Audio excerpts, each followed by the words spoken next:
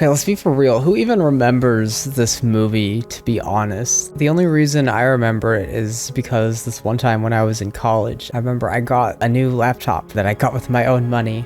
And for some reason, my idea of freedom was just watching the movie gforce in like an empty classroom. So that's exactly what I did. I had the gforce DVD and I went to some random empty classroom and I watched it. And yeah, here I am now. A changed person, obviously. I mean, who wouldn't be after watching this? Now, fun fact about this, the video game for gforce is actually kind of a banger. gforce, the video game. Fly higher. Fly harder. Welcome to the party, pal! Fly harder.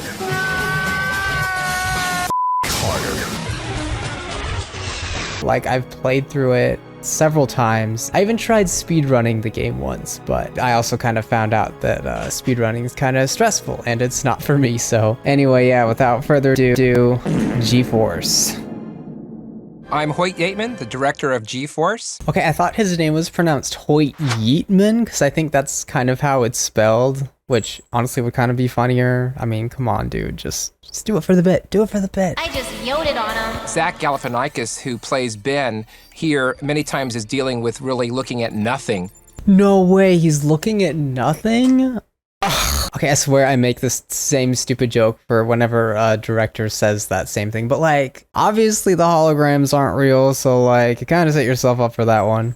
This is a fun shot here. We actually mounted an IMO onto the car and drove it and almost broke the camera, but we got a great looking shot, which in 3D is fantastic. Yeah, too bad the shot's like half a second long.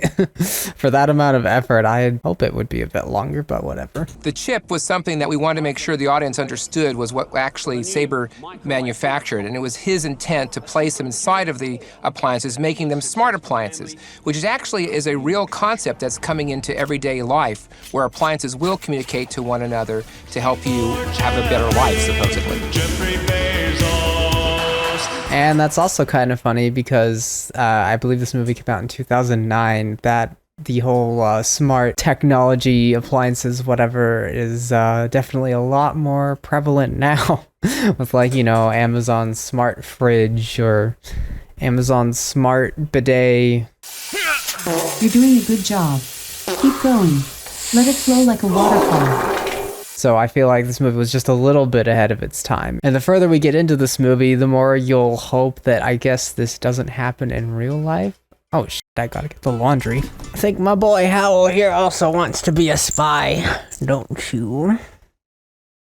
So Deborah built this large, full-size set, which was made of aerospace containers that we actually shot the scene in. And again, I forgot that this Facebook scene. Oh my gosh, this I think this is funny, but for all the different reasons.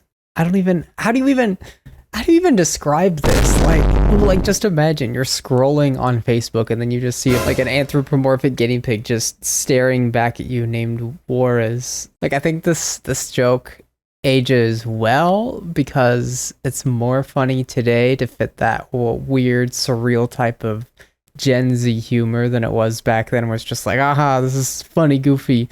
No, this is just like full-on surrealism, and I'm here for it. And Bucky, played by Steve Buscemi, is a great little character. He's a bipolar character that has kind of like... Oh my gosh, he's bipolar? Wait, so then... I can see the headline now, Disney's first neurodivergent character. Like all of those Disney's first openly gay character headlines. The FBI headquarters is a really cool building in downtown LA too. Bro, well, I just saw a meme of that building earlier where it was like, isn't this the Flintstones theme, like on a MIDI table? I didn't actually know that's what the building was. That's awesome. It makes an appearance in this movie. Hoot his hand! Hoot his hand! That line right there probably gets some of the most funny laughs of the whole movie. Yes. If the biggest laughs in your movie are a poop joke, then congratulations. You have reimagined comedy. Again, these shots are using an RC car. They actually strapped the camera to it. We had a little radio control car that was about 3 feet long, in which we could put the camera on it. We could drive the camera around at really high speeds. Oh my gosh, these guys invented FPV. That's so cool. Now, this bakery is my wife. Giselle is the name of my wife, and that's her bakery. Wow. Talk about a free location to film on there. Jeez. That's awesome, though. Essentially, we have 2 movie releases, one for 2D and one for 3D, and they're actually completely different films in terms of the way that they're made, the scoring, the music. It's different. The music? Wait, why would you change the music for 2D, 3D? I guess unless they like shortened or like cut out or added some scenes, but why would you change the music for that? I don't know. This is a beautiful set that was built, and again, all the computer graphics inside the monitors were added later. It's really interesting also, like, I think in like almost all of these kids movie director commentaries that I've watched, pretty much whenever there's like a set, the director always seems to compliment it. Usually, like he said, it's a beautiful set. And like, I haven't really given too much thought into the way, I guess, sort of those types of sets look in these movies. But I appreciate the directors pointing them out, complimenting them, because, you know, the more you think about it, you know, everything has to be arranged properly, right? And that does take a lot of work, coming up with all the props, that kind of stuff. So I appreciate these directors always finding the actual artwork amidst, you know, the crappy writing or the weird gimmicks or whatever. So I really appreciate that. Thanks, Mr. Yeatman. Now, this sequence here of the appliance store was actually larger than what we had, and it was deemed by the studio to be a little bit too scary. So we had to remove some of the scenes where the appliances were in direct contact with humans. Oh, man, I would love to see those. Just like a mature version of this where like a freaking washing machine like drowns someone in it. Oh, I don't know. The possibilities are endless, really. But Mr. Yeatman, if you're watching, if you could release the R-rated cut of GeForce, that would be appreciated. You know, I know at least in the game for GeForce, they had some scenes of like some SWAT people like interacting with the appliances. I mean, that would have been cool to actually see in the movie for sure.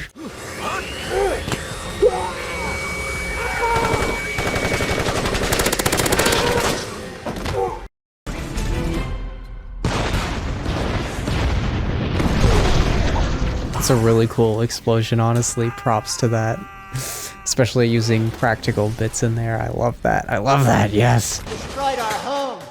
Son, if you ever get the chance to bring mankind to its knees, do it. Now, son, I want you to commit genocide on all the humans. That shot and like the gist of what he's saying. Oh, that's another thing that I think ages better for 2024 than 2009 with the sort of surreal humor. I mean, that wasn't even meant to be funny, but it's really funny to me anyway. Just like a Nicolas Cage mole just telling his little mole baby to commit genocide. Oh, I love the writers for coming up with some of these ideas. They're great for that. So I want to thank everyone for seeing the film, and I had fun making it. I think people had fun working on it as well, and I just want to thank you for watching it and hope to see you soon. Take care. Thank you. Okay, great. I'll see you soon too, I guess. I don't know how that'll work, but okay. Okay, great. Well, that was GeForce. I was kind of hoping he'd have a little bit more, I guess, funny commentary. It was mostly just focused on the special effects and the filming, which, you know, of course it would be, but oh well. Thanks, Mr. Yeatman. Still kind of have a little bit of a soft spot for that movie. Yeah, just for nostalgia's sake, and you know, this is a pretty good eye candy, honestly. Like, they did a good job with all the visual effects, of course. It looks pretty good for the time. GeForce? More like GeForce the crap out of my ass.